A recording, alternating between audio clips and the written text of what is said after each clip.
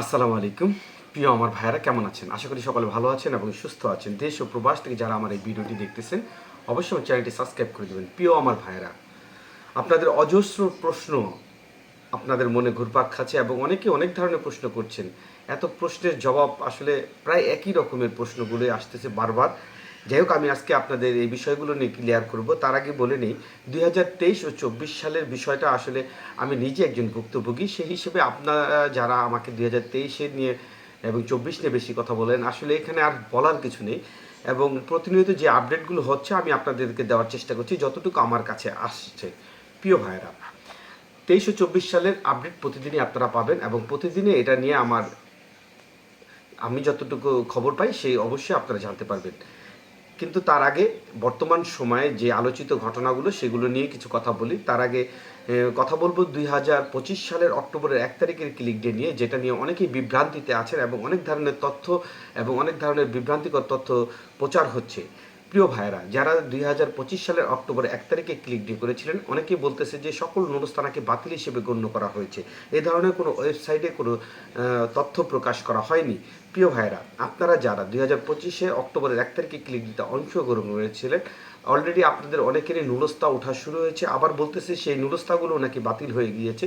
আসলে এই ধরনের সত্য নিউজ কোথা থেকে পাওয়া যাচ্ছে না। কারণ আপনি একটি বিষয় মনে রাখবেন, ইতালিতে বা বাংলাদেশে ইতালির কোনো বিষয় নিয়ে যদি কোনো ধরনের নিউজ হয়, তবে সেটা অবশ্যই সেটা তাদের ওয়েবসাইটে প্রকাশ করবে। কারো মুখের কথায় বা তথ্যের উপর কোনো কাজ হবে না। ওয়েবসাইটে যতক্ষণ পর্যন্ত প্রকাশ না করবে ততক্ষণ পর্যন্ত আপনারা এটাকে মিথ্যে হিসেবে ধরে নেবেন।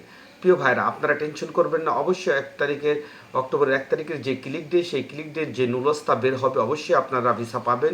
যদি তারা তাদের ওয়েবসাইটে প্রকাশ করে না দেয়, তাহলে আপনাদের কোনো সমস্যা নেই।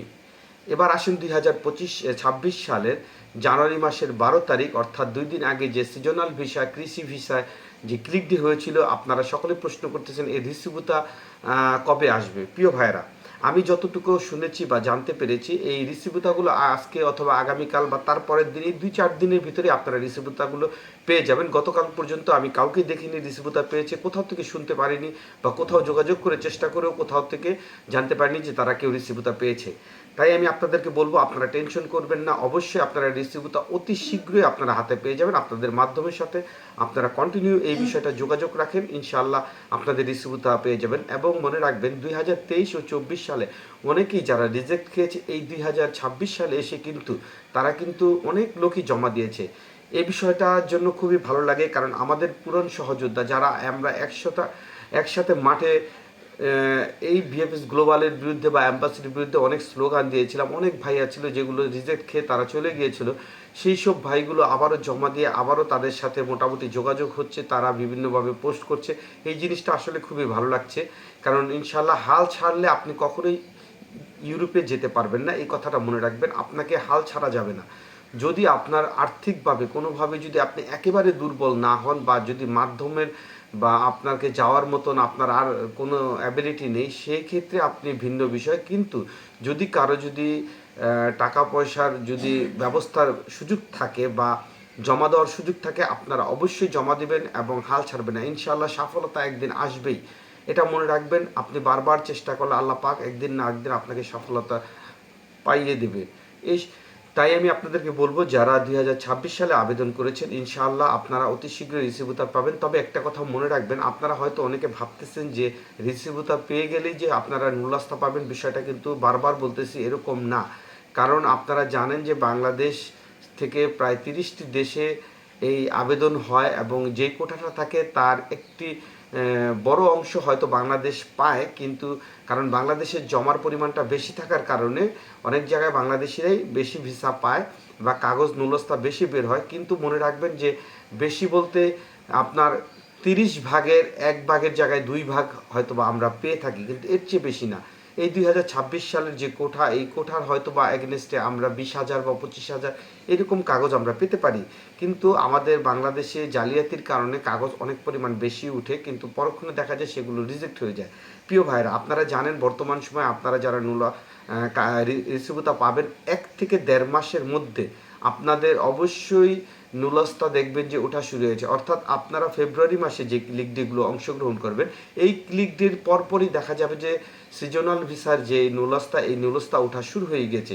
তবে মনে রাখবেন, এই নুলস্তা ওঠার বাংলাদেশে যখন আপনারা আবেদন করবেন, সেই আবেদনের সর্বোচ্চ 15 দিন থেকে 1 মাসের মধ্যে আপনারা অবশ্যই আবেদন পাসপোর্ট জমা দিতে পারবেন ভিএফএস গ্লোবালে, যদি আপনার কাগজ সঠিক হয়ে থাকে। এবং অনেকে জিজ্ঞাসা করতেছেন যে কি কি কাগজ লাগে এই ভিএফএস গ্লোবালে জমা দেওয়ার জন্য। এর জন্য আপনি মনে রাখবেন, আপনাকে একটি নুলস্তার কপি পাঠাবে মালিকের, যে অর্থাৎ আমাদের মালিকের যে পরিচয়পত্র অর্থাৎ সৌজন্য, এগুলো আপনাকে পাঠাবে। এবং বাংলাদেশ থেকে আপনাকে একটি সার্টিফিকেট নিতে হবে, যেই ভিসার জন্য সেই ভিসার একটি সার্টিফিকেট নিতে হবে।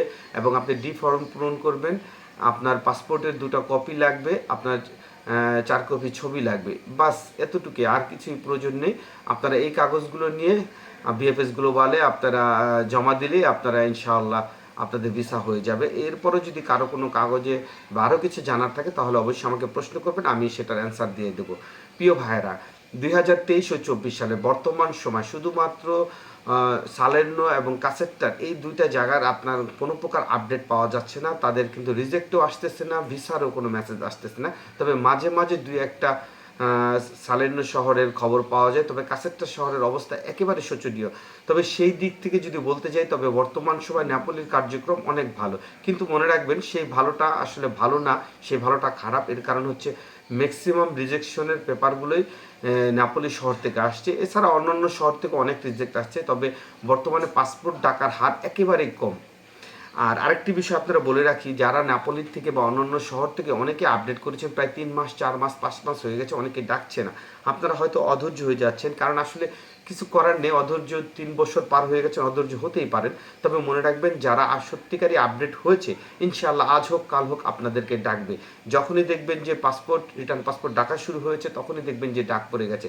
বর্তমান সময় আগস্ট মাস এবং সেপ্টেম্বর মাসের অনেকেরই রিজেক্ট আসতেছে, তবে অক্টোবর মাসে রিজেক্টের পরিমাণটা কিছুটা কম। ইনশাআল্লাহ হয়তো 1 সপ্তাহ পরেই আপনারাও রিজেক্টের জন্য প্রস্তুত হয়ে যান এবং একটা ভালো পরিমাণে রিজেক্ট আসবে।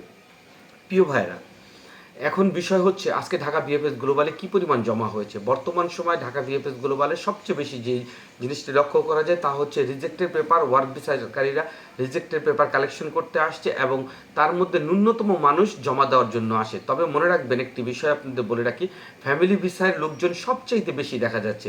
বর্তমান সময় প্রতিদিন গড়ে প্রায় 40-এরও অধিক ফ্যামিলি ভিসার লোকজন ভিসা নিয়ে যাচ্ছে। হয়তো আপনারা জানেন না, কিন্তু আমার কমেন্ট বক্সে অনেকে চেক করে দেখবেন যে প্রতিদিনই কেউ না কেউ ভিসা নিয়ে কমেন্ট বক্সে জানাচ্ছে। এটা আমি সবসময় আপনাদেরকে বলি, কমেন্ট বক্স চেক করলে আপনারা দেখতে পাবেন যে ওখানে কেউ না কেউ ভিসা মেসেজ দিয়েছে। যেমন গতকালকেও এক আপু আমাকে তিনি ভিসা পেয়েছেন সেটা জানিয়েছেন, এবং আসলে এরকম অনেকেই ভিসা পাচ্ছে। তাই আসলে এগুলো বলে না দেখে আপনারা অনেকে জানেন না। তবে ফ্যামিলি ভিসা কিন্তু অনেক হচ্ছে। ইনশাআল্লাহ আপনারাও যারা ফ্যামিলি ভিসার আছেন আপনারা ভিসা পেয়ে যাবেন। প্রিয় ভাইরা, ঢাকা ভিএফএস গ্লোবালে আসলে ওই পরিমাণ আপডেট দেওয়ার মতন কিচ্ছু নেই। বর্তমান সময় একেবারেই ন্যূনতম, অর্থাৎ 8-10টা ভিসা ওয়ার্ক ভিসা হচ্ছে, এছাড়া ম্যাক্সিমাম ফ্যামিলি ভিসা হচ্ছে।